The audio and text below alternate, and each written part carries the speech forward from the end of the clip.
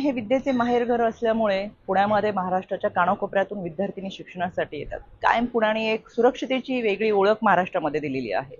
यामध्ये कालच्या स्वारगेटच्या घटनेने खरंच मनाला वेदना होतात।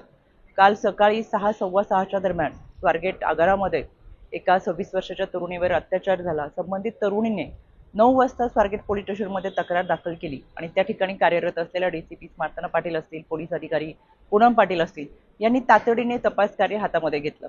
याच्यामध्ये त्या भागातील सगळे सीसीटीव्ही फुटेजचे कॅमेरे चेक करून त्या संबंधित तरुणीने आरोपीची सांगितलेली ओळख आणि त्या अनुषंगाने तयार केलेले स्केचेस असतील, फोटोज असतील, या अनुषंगाने पोलिसांची 8 पथकं ही कालपासूनच ग्रामीण शहरी भागामध्ये रवाना करण्यात आलेली आहेत।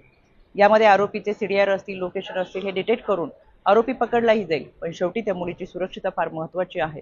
तिचं आयुष्य हे लाख मोलाचं आहे। त्याच्यामुळे अशा घटना घडूच नाही याच्यासाठी सतर्क राहणं फार गरजेचं आहे।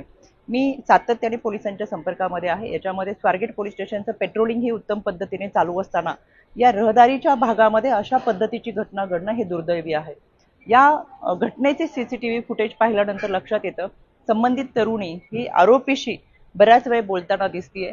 मास्क घालून आलेला हा आरोपी अनोळखी आहे, आपली कोणतीही ओळख नाहीये, तरी सुद्धा संबंधित तरुणीने आपल्याला कुठे जायचंय, आपल्याबरोबर कोण आहे, आपला पत्ता, या सगळ्या गोष्टी सांगितल्यामुळे कदाचित आरोपीच्या लक्षात आलं असेल की ही मुलगी एकटी आहे आणि आरोपीने सांगितलं की मी तुला बस दाखवतो, माझ्यासोबत चल, आणि यामुळे ती तरुणी त्या आरोपी सोबत गेलेली आहे। मला महाराष्ट्रातल्या माझ्या सर्व लहान भगिनींना या निमित्तानं आव्हान करायचं आहे, कोणत्याही अनोळखी व्यक्तीवर विश्वास ठेवू नका, आपली कोणतीही माहिती अनोळखी व्यक्तींना देऊ नका। इतकंच काय, सोशल मीडिया आणि फेसबुकवरती सुद्धा जर कोणी फ्रेंड रिक्वेस्ट पाठवत असेल तर सहजासहजी त्याला बळी पडू नका। शेवटी माणसांच्या कळपामध्ये हिंस्र श्वापादांची संख्या दिवसेंदिवस वाढतीये। आपली सुरक्षा आपल्या हातामध्ये आहे। महाराष्ट्र पोलीस, राज्य महिला आयोग, महाराष्ट्र शासन हे आपल्या सुरक्षितेसाठी सतर्क आहेत, पण आपण देखील सावधगिरीच्या भूमिकेमध्ये असावं।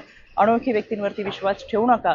कोणतीही माहिती हवी असल्यास त्या भागातल्या शासकीय यंत्रणेकडे चौकशी करावी। स्वारगेट भागामध्ये आपल्यासाठी मदत कक्ष आहे किंवा 112 या क्रमांकावरती 1098 1091 या क्रमांकावरती माहिती विचारली तरी सुद्धा आपल्याला माहिती मिळू शकते। म्हणून महाराष्ट्रातल्या माझ्या या सर्व विद्यार्थिनींना, लहान भगिनींना मला या निमित्तानं आव्हान करायचंय, सतर्क रहा। अनोळखी व्यक्तींच्या कोणत्याही दिशाभूल होत असताना त्याला बळी पडू नका।